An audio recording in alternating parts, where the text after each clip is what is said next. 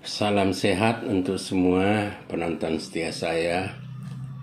Video kami berikut ini kita kembali membahas tentang peribahasa Pak. Peribahasa yang telah beberapa video kita bahas sebelumnya terkait dengan dunia fauna. Kali ini kita mengulas tentang peribahasa Pak yang berhubungan dengan kegiatan sehari-hari.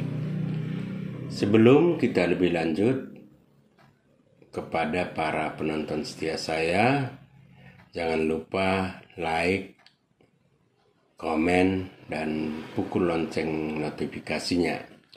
Bagi penonton pemula, jangan lupa subscribe sehingga video kami ini berkembang lebih lanjut. Baik, kita mulai dengan peribahasa pertama. Ulang bagai urupen si tangis. Terjemahannya, jangan bagai membantu orang lagi menangis. Seseorang yang menangis pada saat kemalangan biasanya membuat orang lain ikut menangis. Namun setelah orang yang mendengar menangis, maka yang pertama menjadi diam dan membiarkan orang lain tersebut terus menangis. Apa arti peribahasa ini? Ungkapan ini ditujukan kepada orang yang selalu memerintah orang, tapi dia sendiri tidak ikut mengerjakan sesuatu yang seharusnya dikerjakan bersama. Peribahasa kedua, demikian bunyinya.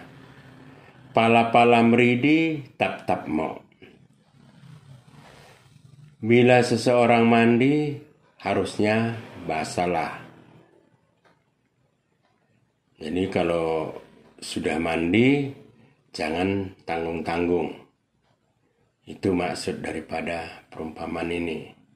Ungkapan ini atau peribahasa ini ditujukan atau mengatakan apabila mengerjakan sesuatu harus diselesaikan sampai selesai dan tuntas. Itulah arti ungkapan ini. Ketiga,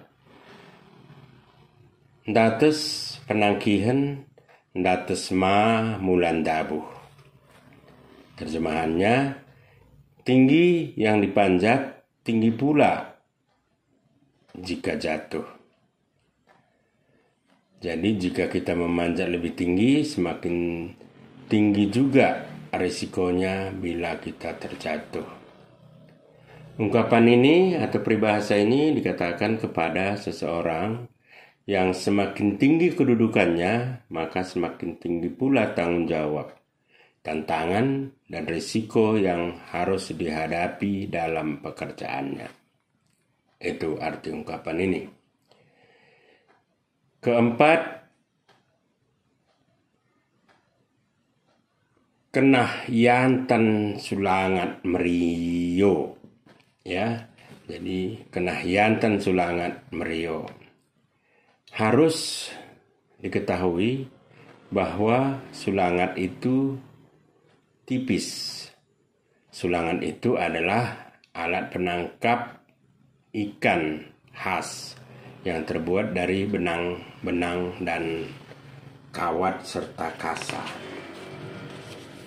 Arti ungkapan ini mengatakan agar dalam melakukan segala sesuatu harus diukur dari kemampuan kita, atau kita harus mengenal diri kita yang sebenarnya mengerjakan sesuatu atau dalam memutuskan sesuatu yang melibatkan orang banyak. Arti lainnya, Anda harus tahu diri.